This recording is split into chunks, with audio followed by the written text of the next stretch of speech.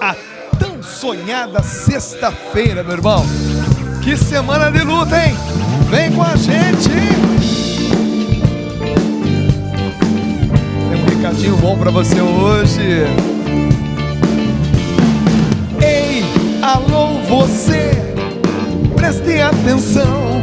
A fila andou e chegou a sua vez. Coragem, irmão, Ele te chamou, dá glória a Deus. Ei, alô você, preste atenção. A fila andou e chegou a sua vez. Coragem, irmão, Ele te chamou, dá glória a Deus. Seja bem-vindo à Rede Vida de Televisão. Cada um tem seu chamado. No coração de Deus você está. Sua vida Ele transformou. Agora, meu irmão, é só cantar. Então canta com a gente, acredite. Ei, alô você, preste atenção. A fila andou e chegou a sua vez. Coragem, irmão, Ele te chamou, dá glória a Deus. Ei, alô você, preste atenção. A fila andou e chegou a sua vez. Coragem, irmão, Ele te chamou, dá glória a Deus.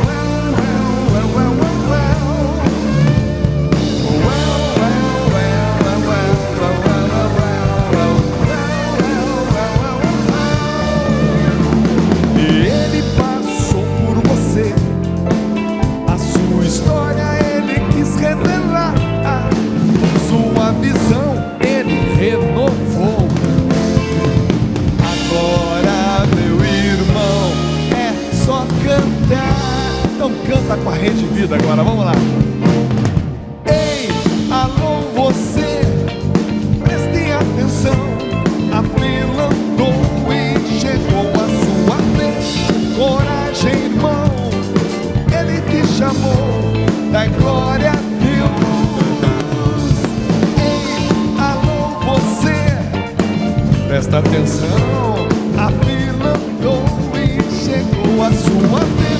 Coragem, irmão, e Ele te chamou, dá glória a Deus. Seja bem-vindo a mais um programa Acredite. Banda que voz.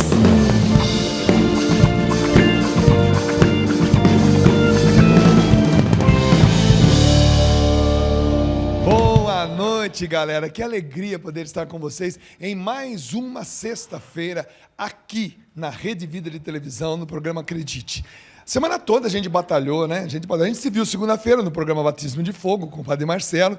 Rodamos a semana toda. Você foi acompanhando Cláudia Tenório, você foi acompanhando Padre Juarez, Dalcides, você foi acompanhando Padre Marcos, Lúcio Sisquim, né? Você foi acompanhando toda essa galera maravilhosa da Rede Vida e agora você chega a um momento onde eu sou a sua companhia. No final desse dia, um dia maravilhoso, um dia que foi de luta para todos nós, mas que também é um dia de vitória. A gente chega no final desse dia com a sensação de estarmos na condição, e Jesus até disse, né? Mais do que vencedores, somos mais do que vencedores. Gente, o programa hoje está demais. No quadro Café, Bolinho e Teologia, hoje o professor Felipe Santos vai falar sobre Maria. Inclusive ele está lançando um curso de Mariologia muito bacana, muito top mesmo.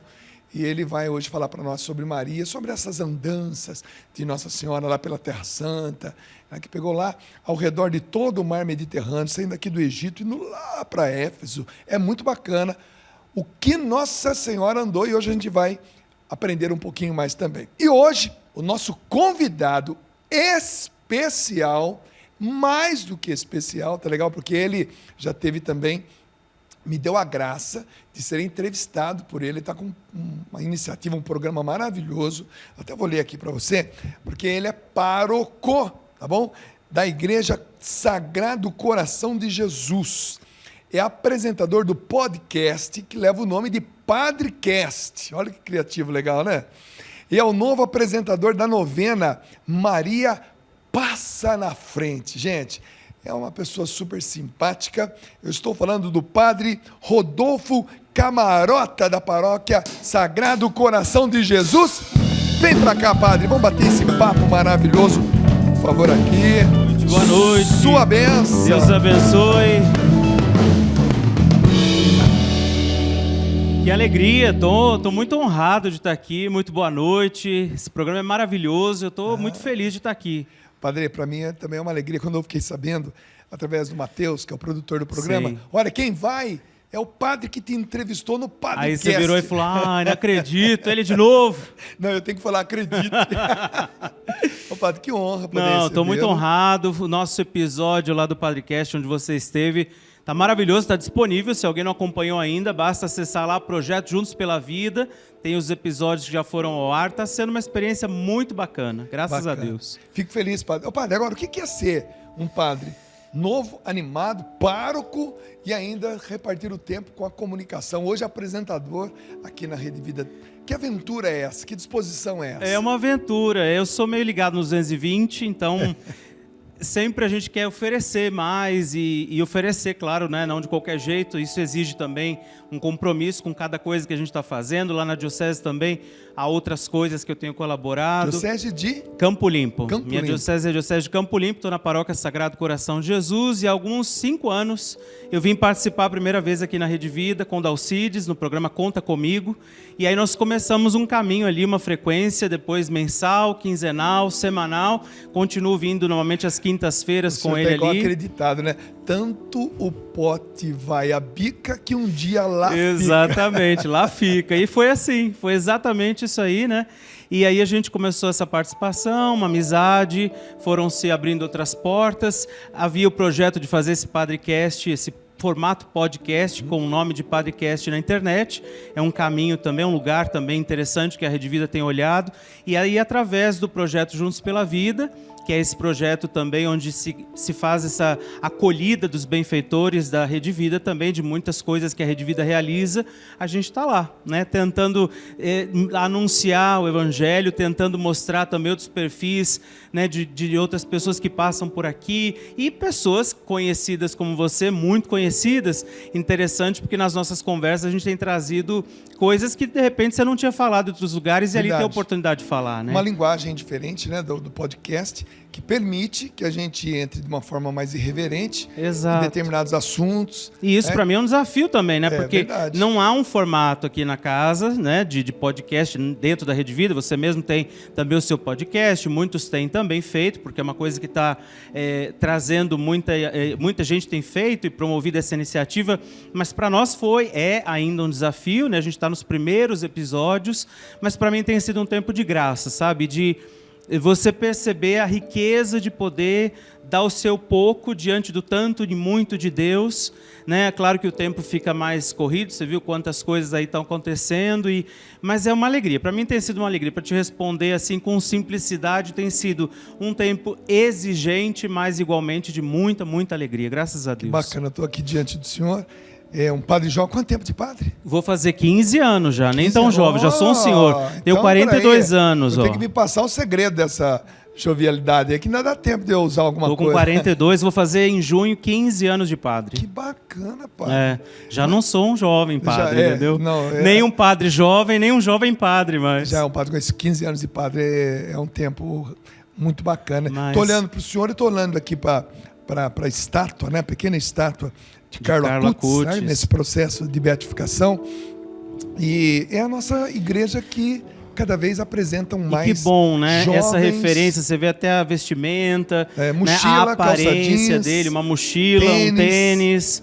Não é um convite para a gente entender também que a santidade, muitas vezes, talvez por muitos anos, se entendeu que a santidade ela estava limitada aos religiosos, aos consagrados, né? Mas o pai de família, o esposo, o jovem que vai à escola, o jovem que de repente está num grupo ali que não tem nada às vezes a ver com a igreja, né? É chamado a essa vida correta com Deus, uma vida comprometida com os valores da verdade, do amor, né? da vida, da alegria e aquilo, né? Quando a gente vê essa imagem, a gente lembra disso, ser santo sem deixar de ser feliz, sem deixar de estar no mundo, né? A gente está no mundo, não vivendo tudo que o mundo nos dá, mas é no mundo que a gente é chamado a dar testemunho. E Carla Kurtz ensina muito a gente a isso também, né? Ô padre, tem muita gente em casa, né? Quando vê a Rede Vida, um outro canal católico, né, cristão, eles são mexidos, são tocados, porque todos nós temos uma vocação. Sim. Né? E essa vocação vai definir com o tempo o nosso caráter, os nossos caracteres, as nossas características. Aonde iremos, como iremos, Exato. né? Vamos falar um pouquinho sobre vocação, porque tem muita gente em casa que, de repente, hoje ligou a televisão e fala, puxa vida, que padre bacana, padre com cara de jovem, é jovem ainda, mas com 15 anos de padre, e com uma linguagem bacana. Tem o tal do Padrecast.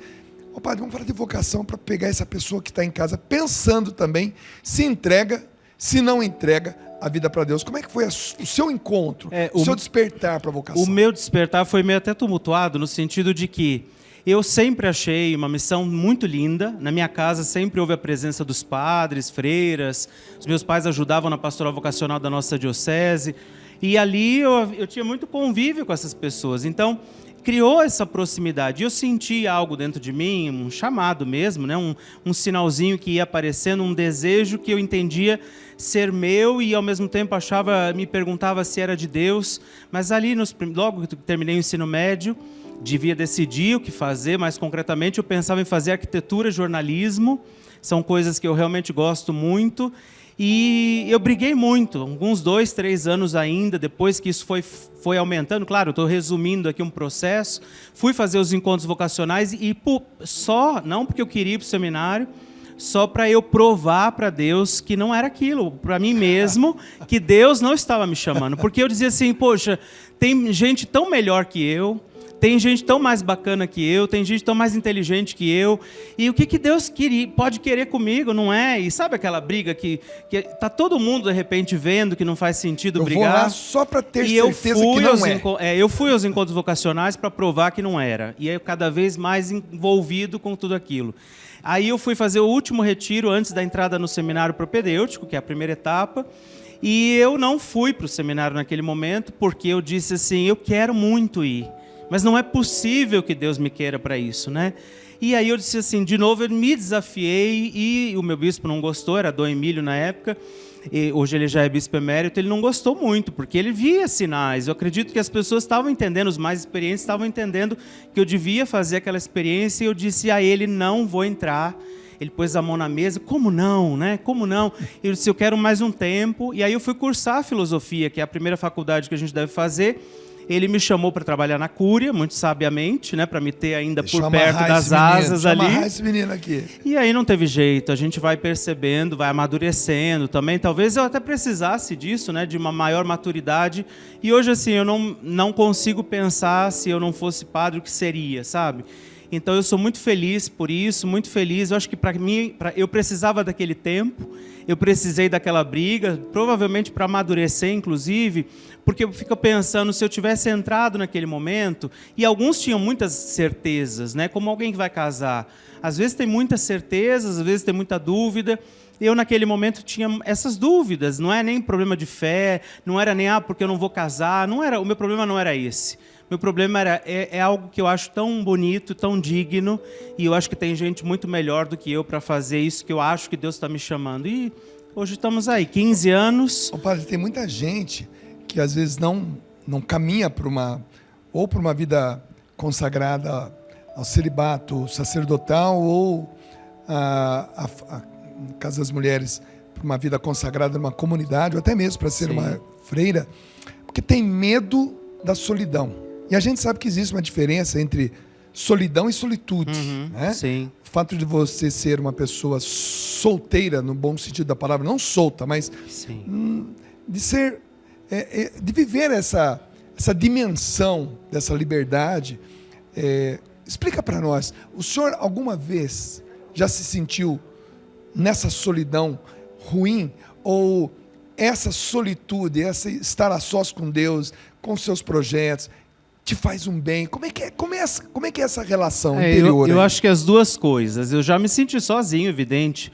Mas eu acho que até uma pessoa casada, alguém que tem, sei lá, 5 filhos, em algum momento pode se sentir sozinho. Às vezes dentro de um estádio de futebol, a pessoa pode estar se sentindo solitário ali, né? Eu já me senti sozinho, já me senti solitário, já senti falta de repente ter alguém num momento que talvez precisasse. E aí a gente vai aprendendo também, assim... Bom, eu sou padre diocesano, então o meu modo de vida, eu estou numa paróquia, eu não vivo numa comunidade religiosa. Normalmente os padres, freis, monges, né, eles vivem com outros padres junto, próximos, outros irmãos consagrados.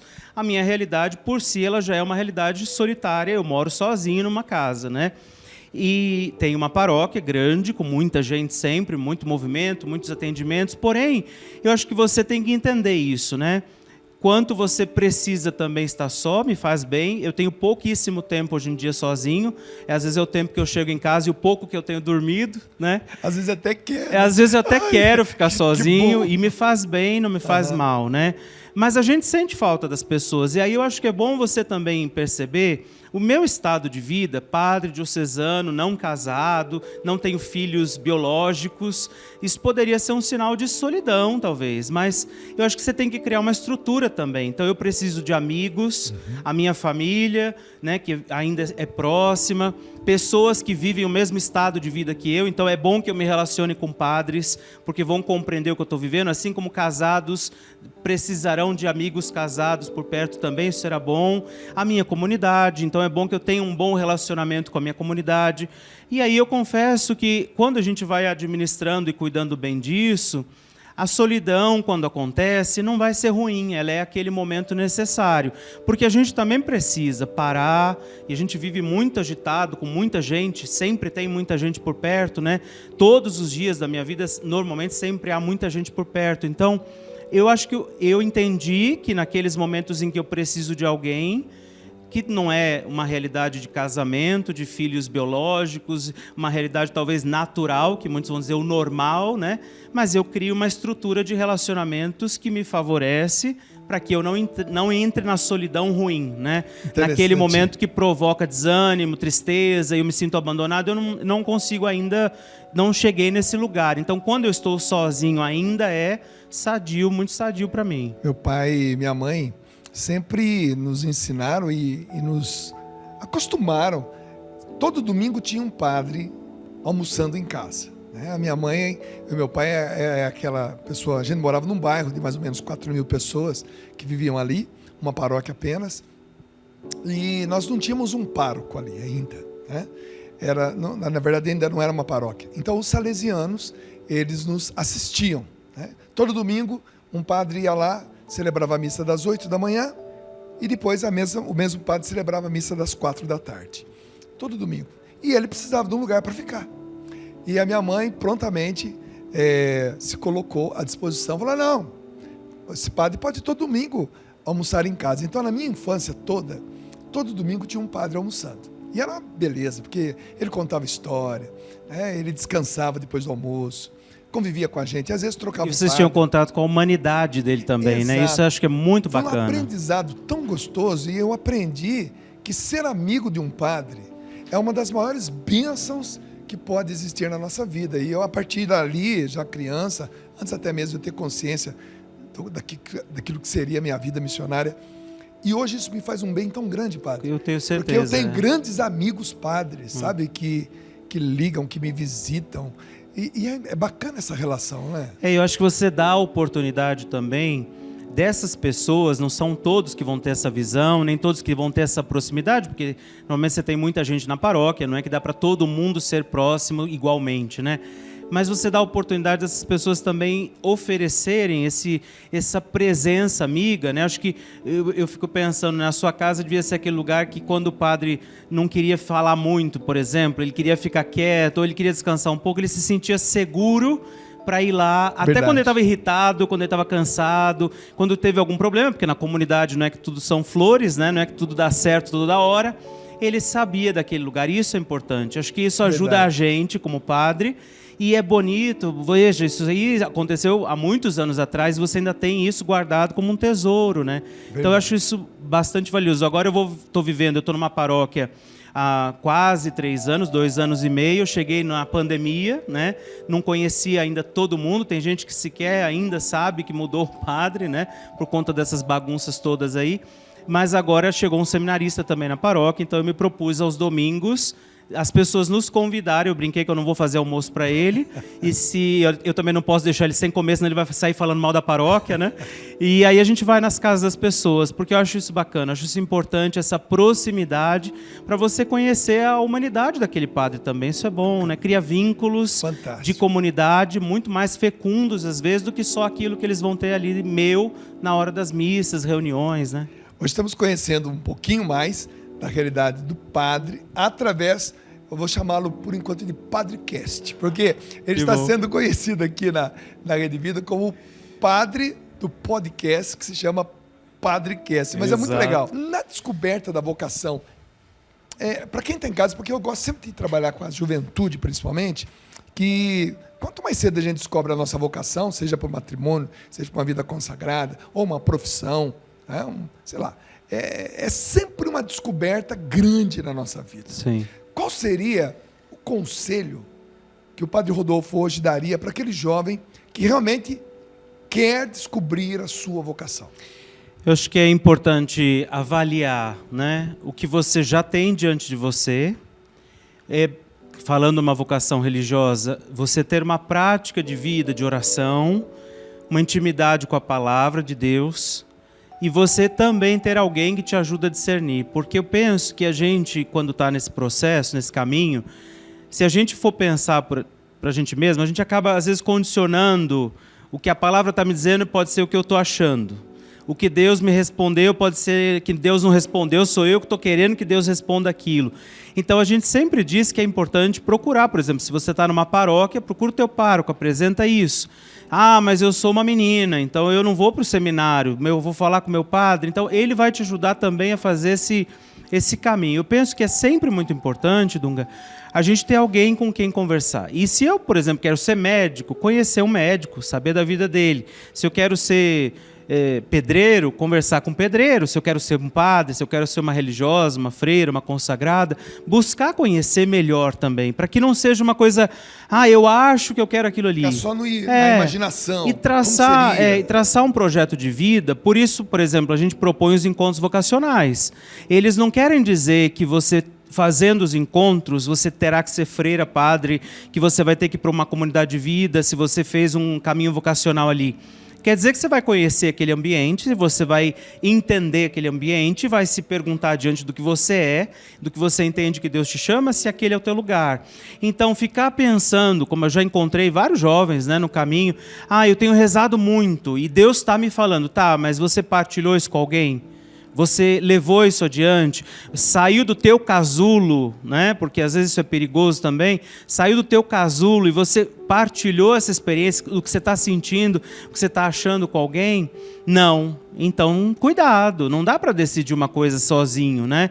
E sobretudo quando a gente fala de se consagrar a Deus, isso não pode ser feito sozinho, porque a tua experiência não vai ser solitária. Mesmo que você vá ser um monge eremita que está num mosteiro lá no alto de uma montanha que nunca sai porque vive a clausura, você não vive sozinho. Então, esse caminho de discernimento, acho que é uma coisa que a gente pouco faz, trabalhar o nosso projeto de vida, né? O autoconhecimento, o conhecimento do que eu quero, do que Deus quer de mim, das respostas que eu estou disposto a dar, fazer esses encontros vocacionais, que é uma coisa que é de graça, é fácil achar, toda diocese tem, toda congregação religiosa tem, toda comunidade de vida faz isso, e aí você estabelecer um caminho, porque se também você quer uma coisa e não se dispõe, né? Porque às vezes a gente pensa, para uma pessoa ser médico, ela estuda 10 anos, mas eu quero ser padre, eu não vou precisar passar... Não, bobagem, a gente faz 2 faculdades, os encontros vocacionais, o depois da faculdade, o antes das faculdades, então a questão não é essa. Depois da ordenação. E depois continua estudando, inclusive, continua se atualizando, estudando, né? Então eu acho, num primeiro momento, estou em dúvida, não sei o que eu quero, procura esses iguais, sabe? Alguém que possa, que já esteja vivendo o que você acha que você quer viver, partilha as tuas experiências, essa pessoa certamente vai te ajudar. E eu acho assim também, quanto antes você descobrir, melhor. Mas também não tenha pressa de decidir imediatamente, né? Eu também acho que no caminho de discernimento vocacional, e é uma experiência muito pessoal, quem acha muito rapidamente, quem tem as certezas muito cedo, a gente precisa pedir cuidado, porque é uma coisa muito séria. Assim como um casal, não é que você conhece e casa na semana seguinte, porque se você fizer isso, provavelmente não vai dar certo. Por isso namora, fica noivo, depois se casa. Um processo natural seria esse, né? Então também na vida vocacional, na vida religiosa consagrada, será importante fazer um caminho concreto, sólido, e por isso não pode ser feito sozinho. Então se você está refletindo solitariamente, eu diria, sai um pouquinho do teu casulo e traz essa experiência para fora. Agora, uma pergunta que eu estou curioso para fazer, desde a hora que o senhor entrou aqui, como é que foi a reação, como é que foi a emoção, o desafio de ter saído lá da paróquia e encarar o PadreCast, né? Esse tempo novo da sua vida, que não deixa de ser uma grande missão, né? Hoje também como apresentador da novena, Maria passa na frente, e principalmente como entrevistador, né? Eu me senti muito bem sendo entrevistado pelo senhor, tenho muita vontade de contar coisas que não tinha contado ainda, né? Em entrevista, não porque tinha vergonha, mas porque ninguém tinha me perguntado, então... Mas como é que é esse desafio, padre? Olha, feliz?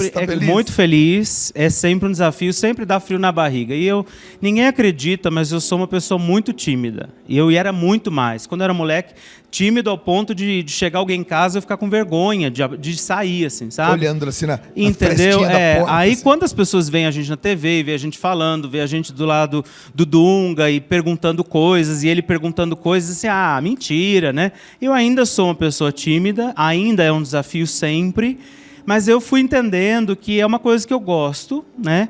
E que eu precisava criar os meios para que o que eu sou como de tímido não impedisse de fazer, inclusive, algo que eu acho que também é vocacional, né? Tá aqui não é uma questão só de gostar, acho que também é um chamado, é uma experiência exigente, porque depois você tem um monte de gente vendo a tua vida, sabendo de você, então você também se abre para um horizonte muito maior. Isso às vezes preocupa um pouco, claro, né? Porque cada lugar que a gente vai sempre vai ter alguém agora que encontra e diz, eu sei quem você é, eu te vi lá.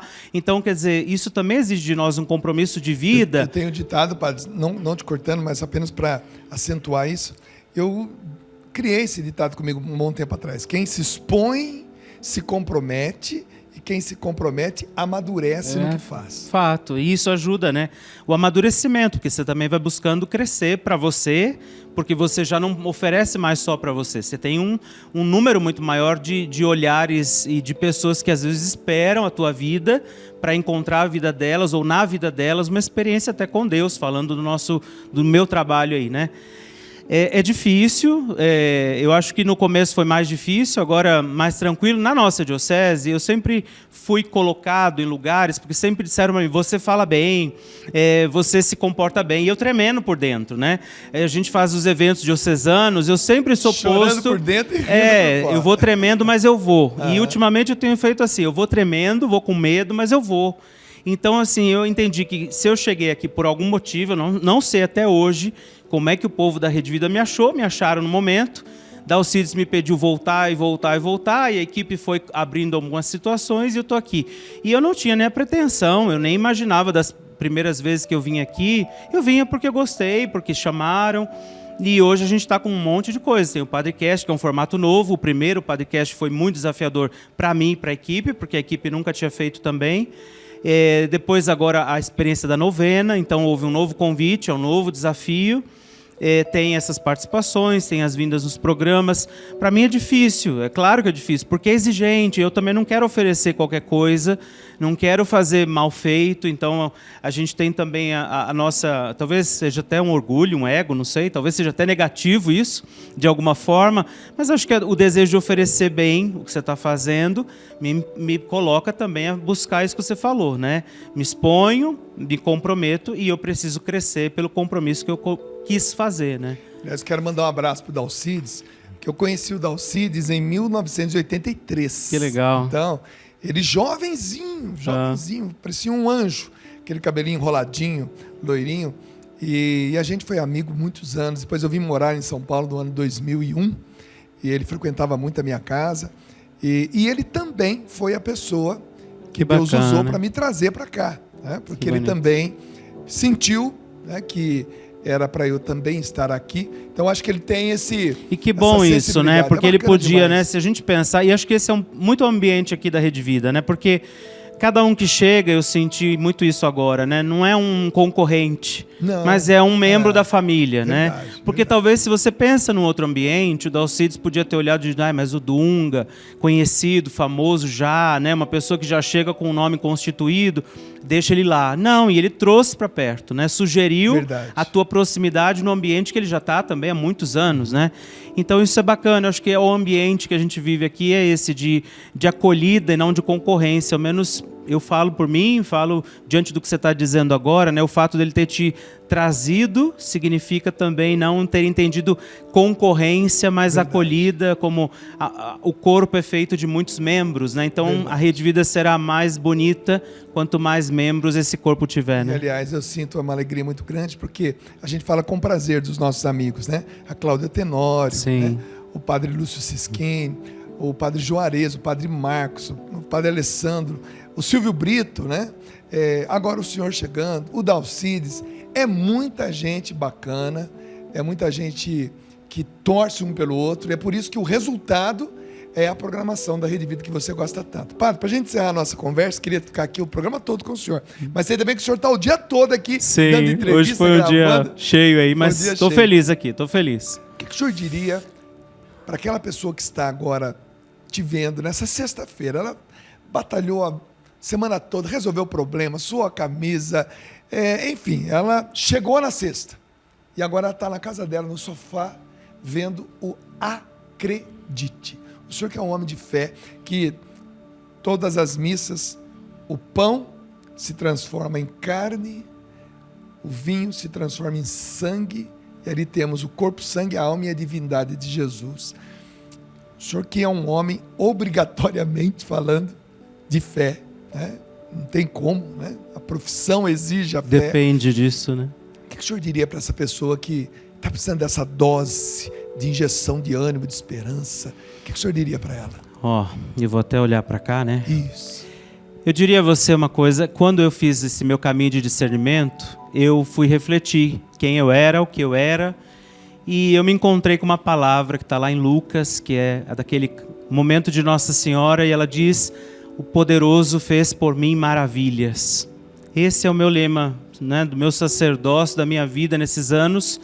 E eu reflito com você que muitas vezes a gente vai viver coisas que a gente não quis, não desejou, não lutou por elas, sequer imaginou que elas fossem acontecer, e às vezes essas coisas não são boas, inclusive. Mas uma certeza, nós estamos nesse programa que nos convida, nos diz: acredite. Diante de todas as situações, antes delas e diante de tudo, há sempre um Deus que é tão generoso, tão amoroso, que foi capaz de vir ao mundo sabendo que não seria acolhido por todos, não seria amado por todos, ainda não é seguido por todos, mas Ele continua se oferecendo por nós. E por causa do que Nossa Senhora disse, eu ofereci também a minha vida, e eu quero te convidar a viver essa experiência. o poderoso, o Deus da nossa vida, aquele a quem nós seguimos, amamos, em quem devemos esperar, em quem devemos acreditar, tem feito grandes coisas em nosso favor. Então, mesmo que na sua vida hoje, nessa sexta-feira, nessa hora que você chega em casa, se jogou aí no sofá, ou que está indo para casa, às vezes assistindo a gente pelos outros meios possíveis, você diz assim, a minha vida está toda errada, não é? Parece que eu estou fazendo tudo certo e nada está dando certo, parece que Deus esqueceu de mim. Não coloca isso na sua cabeça, acredite. E nessa hora da angústia, nessa hora da tua dificuldade, acredite. De que forma? Entrega até essa angústia a Deus. Para acreditar, não significa que tudo está indo bem, não significa que a gente vai ter sempre força, sempre coragem, significa que até na hora do desespero, acreditar quer dizer que até na hora do desespero, a gente vai saber que a gente tem um Deus e até o desespero a gente vai entregar a Deus. Então não duvida disso, o poderoso fez também e fará também por você maravilhas. Obrigado, Padre. Fica o convite para voltar quando quiser. Vai ser sempre uma alegria. Te agradeço e a gente vai por essa oportunidade.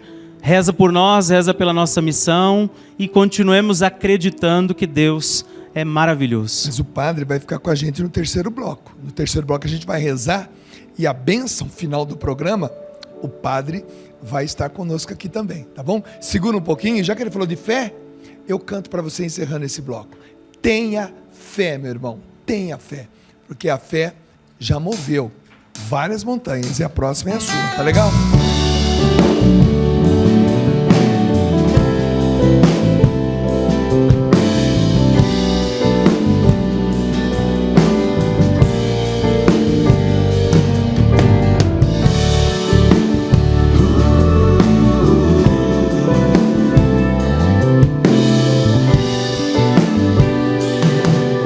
A Bipio tá com a gente, viu? Vai dar certo sim, acredite em mim, as portas vão se abrir, Deus vai mostrar a qualquer momento o fim do sofrimento, um milagre em sua vida surgirá, a vitória está chegando, sua vida Ele está transformando.